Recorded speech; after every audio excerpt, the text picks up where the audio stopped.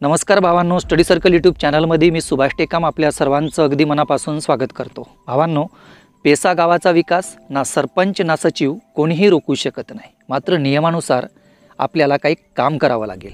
ते आता मी समोर आपल्याला सांगणारच आहे। भावांनो, मी तुम्हाला सोप्या शब्दात जी माहिती देतो अशी माहिती कोणत्याही ग्रामपंचायत एक्सपर्ट प्रशिक्षणमध्ये बी भेटत नाही। कसं आहे ना, सोप्या ग्रामीण भाषेत समजून सांगलं तर समजल, नाही तर सांगलेलं बी डोक्याच्या वरून जाईल, कारण पुस्तकातली भाषा हे शुद्ध मराठीत लिहून राहते। ग्रामीण भागात मले तुले काबे अशीच भाषा बोलतो, तेवढ्या शुद्ध मराठीतलं आपल्याला का भेंड समजणार आहे। व्हिडिओ बनवायला मेहनत लागते हो। या व्हिडिओमध्ये मी जे काय सांगलो, ज्याले लिहिता वाचता येत नाही त्याच्या डोक्यात बी चटकन घुसते, आणि मले पण हेच पाहिजे। अडाणी निरक्षर माणूस आपल्या हक्कासाठी गाव विकासासाठी जास्त नाही पण दोन तरी शब्द ग्रामसभेत बोलला पाहिजे, याच्यासाठी माझी मेहनत आहे। सर्वसाधारण ग्रामपंचायतीबद्दल मी जास्त सांगत नाही, कारण सर्वसाधारण ग्रामपंचायतीमध्ये सुशिक्षित मतदार आहेत, ते ग्रामसभेत बोलून गाव विकासाचे मुद्दे मार्गी लावू शकतात। पेसा ग्रामपंचायत पेसा गावामध्ये समजा याच्या उलट आहे। चला व्हिडिओ पूर्ण पहा, शेवटपर्यंत पहा। आपल्या सर्वांनाच माहीत आहे की पेसा गावामध्ये ग्रामसभा ही सर्वोपरी आहे। पेसा गावामध्ये ग्रामसभा म्हणेल तसं काम होते, मात्र पेसा गावात पेसा कायद्याबद्दल सामान्य जनतेमध्ये जागृती नाही, ही फार मोठी समस्या आहे आणि चिंतेची पण बाब आहे। काही पेसा ग्रामपंचायतीमध्ये तर सरपंचालेच अजून पेसा कायदा समजला नाही, सचिव त्याच्या मागं फिरायचं तर सरपंच त्याच्या मागं फिरत आहे, आणि हुशार सरपंच गावकऱ्याले भोवताल फिरवत आहे। सचिवाले पण असंच पाहिजे ना भाऊ, नो टेन्शन, डोक्याले ताप नाही, माणूस पाहून काम, बाकीच्याले राम राम। घरकुल टार्गेट आलं द्या सरपंचाच्या जवळचे आले, सिंचन विहिरी आल्या द्या उपसरपंचात जावई आले, गावकऱ्याले नियम लागू भाऊ, लाभ नको मागू, असं समजा चालू आहे। तुम्हीच सांगा आता, यालेच आपण स्वयंशासन म्हणायचं का? सचिव किती सिनियर असला आणि सरपंच किती भारी असला तरी त्याले कायद्याच्या चौकटीतच राहून काम करावं लागते। पद आलं म्हणून हवेत उडू लागले तर एक दिवस जमिनीतच यावं लागते, हे सत्य आहे। जनता एक वेळ विश्वास ठेवते, सामान्य जनतेचा विश्वासघात झालं ना भाऊ तर आपटू नाही देते। कायद्याच्या तरतुदीनुसार काही टिप्स सांगतो, ते ग्रामसभेत फॉलो करा, मग तुम्हीच पहा काही बदल होते किंवा नाही। एवढ्या बुडातली आणि खोलातली माहिती भाऊ कोणीही देत नाही। मी तुमच्यासाठी एवढं मेहनत घेऊन व्हिडिओ बनवत आहे। व्हिडिओला लाईक तर करा आणि चॅनलला सबस्क्राईब करा। व्हिडिओमधून काहीतरी शिकण्यालायक आहे असं वाटलं तरच तुमच्या ग्रुपमध्ये शेअर करा, नाही तर करू नका, ठीक आहे। सर्वात अगोदर घरकुलचा विषय पहा। PM आवाज सोडून बाकीचे कोणतेही घरकुल योजना असो, कोणत्याही घरकुल योजनेची लिस्ट वरून येत नाही। आपल्या ग्रामपंचायतीचा सचिव सरपंच घरकुलची लिस्ट वरून आली असं म्हणत असेल तर ते आपल्याला मॅड बनवत आहे। कोणत्याही घरकुलची लिस्ट, मग ते शबरी घरकुल असो, रमाई घरकुल असो किंवा आदिम घरकुल असो, कोणतेही घरकुल असो वरून लिस्ट येत नाही। पंचायत समितीला घरकुलांची टार्गेट येते आणि मग पंचायत समितीवरून ग्रामपंचायतीले आणि ग्रुप गट ग्रामपंचायत असेल तिथं जे टार्गेट आलं त्याच्यात गावनिहाय विभागणी करून घरकुल वाटून द्या लागते। घरकुल टार्गेट तर आलं, मग लाभार्थ्यांची निवड कशी करायची हे प्रश्न प्रत्येकाला पडते। तर पहा, घरकुल लाभार्थ्याची निवड करताना शासनाच्या गाईडलाईननुसार सर्वात अगोदर विधवा, परित्याग, अपंग, भूमिहीन, अल्पभूधारक आणि मग इतर या पद्धतीने लाभार्थी निवडा लागते। आमच्या ग्रामपंचायतीमध्ये घरकुल लाभार्थ्यांची निवड सरपंच सचिवच करते, हे बरोबर आहे का जी? नाही जी, हे चुकीचं आहे। घरकुल योजनाच नाही, केंद्र सरकार राज्य सरकारची कोणतीही योजना असो त्या योजनेचे लाभार्थी महाराष्ट्र ग्रामपंचायत अधिनियमाच्या कलम 54 खंड अ पोटकलम ड नुसार ग्रामसभेत निवडायचे असतात। ग्रामसभेत लाभार्थी निवडून प्राधान्यक्रम ठरवल्यावर सरपंच सचिव सदर लाभार्थीचे घर हे कच्चे कुडामातीचे आहे का, चांगलं वीट मातीचं बांधून आहे का याची चौकशी करते, आणि मग चौकशी अंती सदर व्यक्तीले घरकुलाचा लाभ देण्यास काही हरकत नसल्याचं ठराव देऊन प्रमाणित करते, ही प्रक्रिया आहे। सरपंच सचिव घरकुल देत नाही, लाभार्थी पण निवडत नाही आणि तसं काही त्याले अधिकार पण नाही। ग्रामसभेत लाभार्थ्यांची निवड झाल्यावर ते प्रमाणित करते। मी कलमाचा उल्लेख याच्यासाठी करतो, एखादा सरपंच सचिव नियमानुसार काम करत नसल तर या कलमानुसार तुम्ही त्याले जाब विचारू शकता। तुम्ही कितीही बोंबला त्याला व्हॅल्यू राहत नाही भाऊ। तरतुदीनुसार बोललं तर समोरच्यावर प्रभाव पडते आणि दोन गोष्टी ऐकूनही घेते। वाऱ्यावर गोष्टी सोडलं ना तर दुरूनच हाकलून देते भाऊ, ही सध्याची परिस्थिती आहे।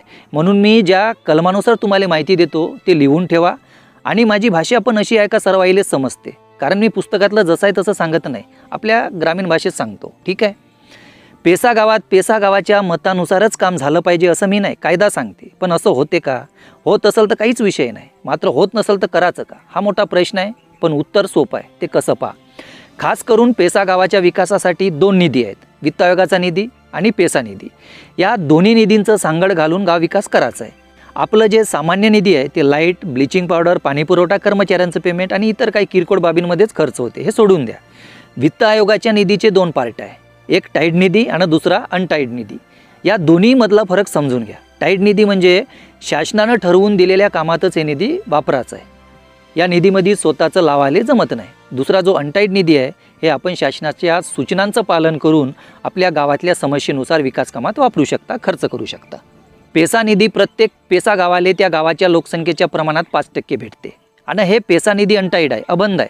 याले शासनानं बांधून ठेवलं नाही, वापरायला मोकळा आहे. कसंही हातपाय पसरवा पण चौकटीत राहू गाव विकासाच्या कामासाठी.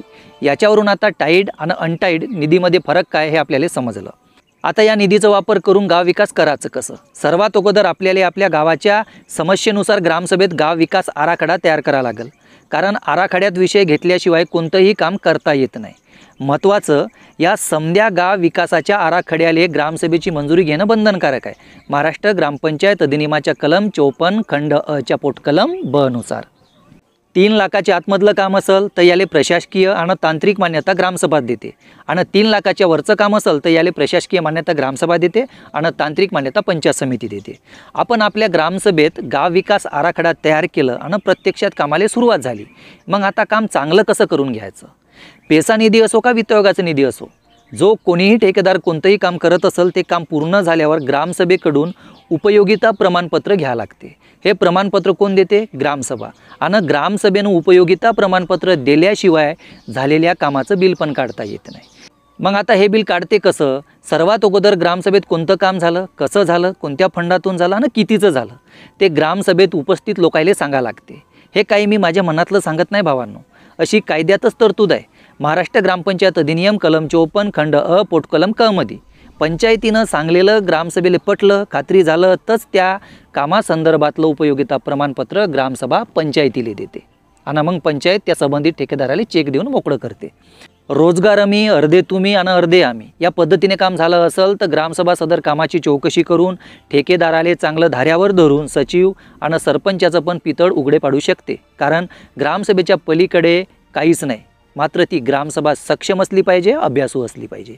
काम कोणत्याही निधीतून होत असो ते काम व्यवस्थित आणि इस्टिमेटनुसार झालं पाहिजे. याच्यासाठी आपण पेसा गावात कोणतं काम करू शकतो? एक काम करू शकता, ते बी नियमानं. लक्ष द्या, पेसा नियम 10 नुसार आपण आपल्या गावात स्थायी समित्या स्थापन करू शकता. आपल्या इथं बाजार भरत असेल तर बाजार व्यवस्थापन समिती, मत्स्य व्यवस्थापन समिती स्थापन करू शकता.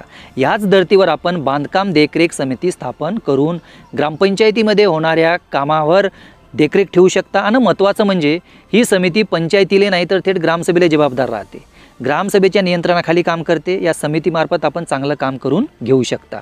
आपल्या गावात कोणतंही काम होत असेल ते काम कसं होत आहे याच्यासाठी इस्टिमेट पाहून काम व्यवस्थित होत आहे की नाही त्याची चौकशी हे बांधकाम देखरेख समिती करेल आणि त्याचं अहवाल ग्रामसभेपुढं मांडल. या समितीचं कार्यकाळ हे 2.5 वर्षाचं राहते. 2.5 वर्षानंतर या समितीचे सदस्य बदलून नवीन सदस्यांना संधी देता येते. मात्र या समितीचे सदस्य निवडताना ग्रामसभेतच निवडले पाहिजे. बंद कमऱ्यामधली समिती पंचायतीची चापलुसी करते, हे लक्षात ठेवा. तर अशा पद्धतीने आपण आपल्या गावाचा विकास करू शकता. ग्रामसभा ठाम असलं तर सरपंच, सचिव त्या गावाच्या विकासाला पण रोखू शकत नाही. आपली मनमानी कारभार पेसा ग्रामपंचायतीवर थोपवू शकत नाही. तर भावांनो, अशा पद्धतीने आपण महाराष्ट्र ग्रामपंचायत अधिनियमामध्ये असलेल्या तरतुदीनुसार त्या तरतुदींचा वापर करून आपण आपल्या गावाचा विकास करू शकता. आणि ह्या विकासापासून आपल्याला ना सरपंच ना सचिव कोणीही रोखू शकत नाही. ग्रामसभा ही सर्वोपरी आहे. ग्रामसभा ठरवेल त्या पद्धतीने काम होत असते, फक्त आपल्याला अभ्यास करण्याची गरज आहे. तर भावांनो, पुन्हा भेटू पुढल्या व्हिडिओमध्ये एखाद्या नवीन विषयासोबत. तोपर्यंत जय महाराष्ट्र, धन्यवाद.